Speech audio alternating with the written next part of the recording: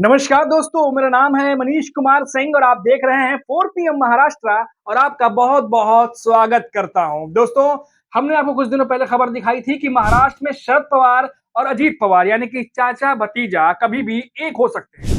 अब इसी खबर से जुड़ी हुई 3 बड़ी अपडेट सामने आई हैं और तीनों अपडेट मैं एक-एक करके आपको बताऊंगा। सबसे पहले तो अपडेट ये है कि शरद पवार की एनसीपी के जो प्रदेश अध्यक्ष हैं, जो प्रदेश के बड़े मंत्री हैं, जयंत पाटिल, उन्होंने शरद पवार की एनसीपी के तमाम नेताओं की एक बड़ी जो है वो बैठक बुलाई है। अब ये बैठक ऐसे समय में हो रही है जब लगातार शरद पवार, अजीत पवार साथ दिखाई दे रहे हैं और हर दिन ये खबर आ रही है कि कब दोनों एनसीपी एक हो जाए, कुछ पता नहीं। और ऐसे में जयंत पाटिल, जो कि लगातार बीच में आपको याद होगा 2.5-3 महीने पहले कभी वो अजीत पवार के नेताओं से मुलाकात कर रहे थे, कभी वो महाराष्ट्र में जो महायुति के नेता हैं, बीजेपी के नेता हैं, उनके घर तक पहुंचे थे मिलने के लिए। अब ऐसे में वो जयंत पाटिल शरद पवार की एनसीपी की नेताओं की एक बड़ी बैठक बुलाते हैं और ये बैठक चर्चा में आ जाती है क्योंकि इस समय माहौल ही ऐसा। अब इस बैठक में किन बातों पर विचार होगा, किन बातों पर डिस्कशन होगा, ये तो जब अंदर बैठे मंत्री बाहर आकर बयान देंगे या किसी भी तरीके से सामने आएगी खबर, जब मीडिया के लोगों से मुखातिब होंगे तब मालूम चलेगा। लेकिन इतना जरूर है कि इस बैठक में कुछ अहम बातों पर चर्चा जरूर होने जा रहा है क्योंकि ये मीटिंग ही ऐसे समय में हो रही है जब लगातार दोनों एनसीपी के नेताओं के बीच में इन दिनों नजदीकियां देखने को मिल रही हैं। अब इसी से जुड़ी दूसरी खबर सुन लीजिए। अजीत पवार की एनसीपी की तरफ से कई नेताओं ने ये बात कही है कि अभी ये भी खबर है कि अजीत पवार ने भी ये बात कही है कि फिलहाल अभी दोनों एनसीपी एक होंगी या नहीं होंगी, इस पर अभी कुछ भी कह पाना या इसकी संभावना अभी नहीं दिखाई दे रही। लेकिन इसका मतलब ये नहीं कि अगर अभी नहीं दिखाई दे रही तो 1 महीने बाद नहीं होगी, क्योंकि लोकसभा चुनाव के बाद, विधानसभा चुनाव के बाद, यानी ये जो अक्टूबर नवंबर का जो महीना था उसके बाद जिस तरीके से महाराष्ट्र में दोनों एनसीपी के नेताओं की जो चाल बदली है, उससे ये साफ जाहिर है कि दोनों एनसीपी के नेताओं का रुख जो है एक दूसरे के लिए वो पहले से कहीं ज्यादा सॉफ्ट हो गया है। और आपको याद होगा कि शरद पवार कुछ दिनों पहले ही उन्होंने कहा भी था कि उनकी पार्टी का एक बड़ा तबका, एक बड़ा धड़ा ये चाहता है कि क्योंकि अजीत पवार की एनसीपी सत्ता में है और अजीत पवार ने कई बार जो उनके विधायक सांसद जीते हैं उनके कार्य क्षेत्रों के लिए उन्होंने मदद भी की है, तो ऐसे में उनका कहना है कि अजीत पवार के साथ में हमें जाना चाहिए। लेकिन शरद पवार ने साफ कहा कि वो प्रत्यक्ष रूप से इस फैसले में शामिल नहीं होने वाले। अब ये फैसला जो है वो सुप्रिया सुले और अजीत पवार को लेना है, यानी जब पार्टी के जो आगे के जो अब नेता, उभरते हुए जो नेता हैं, अब वो फैसला करेंगे कि आगे साथ आना है या नहीं आना है। लेकिन जहां तक बात है शरद पवार की, तो इन दिनों लगातार महायुति के जो प्रोग्राम्स हैं या अजित पवार के जो कार्यक्रम हैं, जो दोनों पार्टी साथ में, कई बार देखा गया पुणे की बात करें, मुंबई की बात करें, कई जगह दोनों नेता साथ दिखाई दे रहे हैं और इसीलिए ये बात कही जा रही है कि क्या क्या शरद पवार और अजीत पवार दोनों जल्दी एक होने जा रहे हैं। अब देखिए दोस्तों, 3 बड़ी अपडेट्स जो आज ही आई हैं।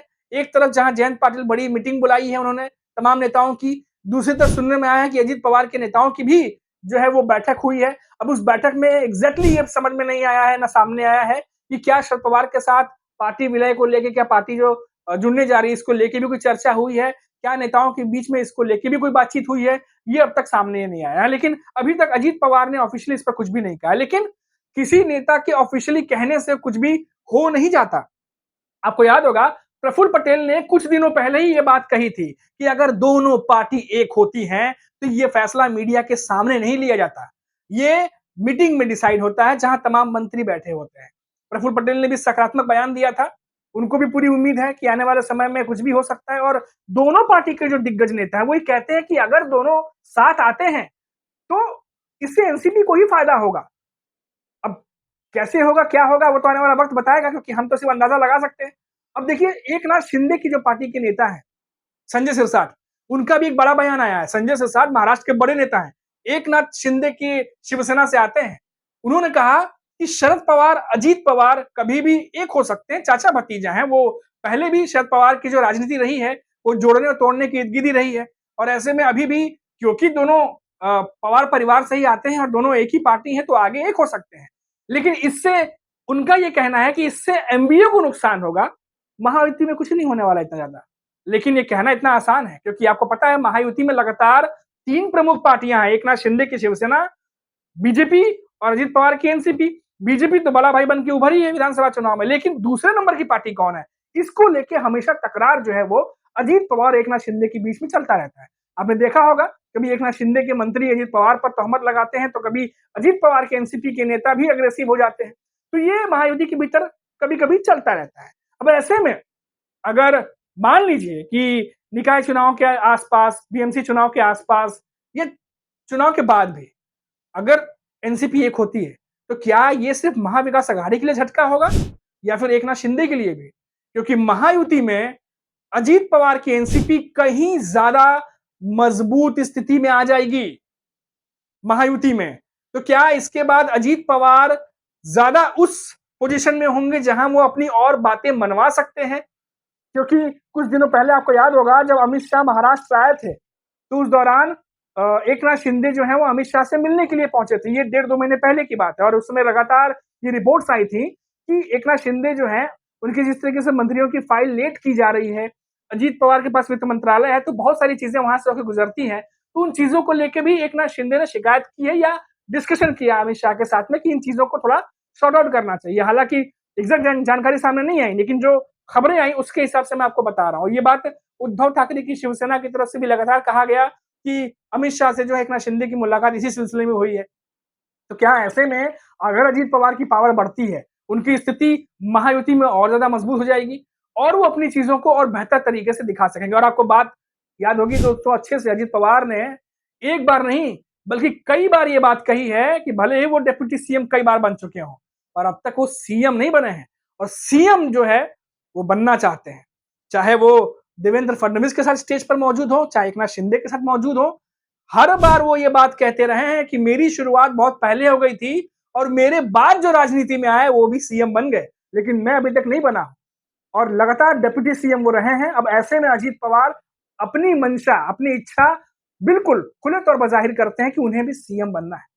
और ऐसे में ये जो बातें मैं आपको बता रहा हूं, तमाम अटकलें, तमाम चीजें चल रही है महाराष्ट्र में, अगर ये चीजें होती हैं तो क्या अजीत पवार बीजेपी और एकनाथ शिंदे, खासतौर से एकनाथ शिंदे की बात करें तो उनसे कहीं ज्यादा मजबूत स्थिति में आ जाएंगे और धीरे धीरे क्या वो आने वाले समय में अपने दावेदारी को और भी ज्यादा मजबूत कर सकते हैं? क्योंकि देवेंद्र फडणवीस भी ये बात कह चुके हैं कि अजीत पवार प्रैक्टिकल राजनीति करते हैं और आप देखिए लगातार डिप्टी सीएम बने हुए हैं।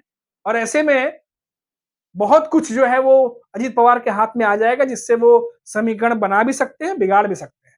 खैर ये होगा तब होगा, लेकिन अभी की स्थिति ये है कि महाराष्ट्र में शरद पवार और अजीत पवार, इन दोनों को लेकर के जो खबरें आ रही हैं उस पर रोज नए नए नए अपडेट्स आते चले जा रहे हैं और हम लगातार महाराष्ट्र की खबर आपको दिखाते हैं।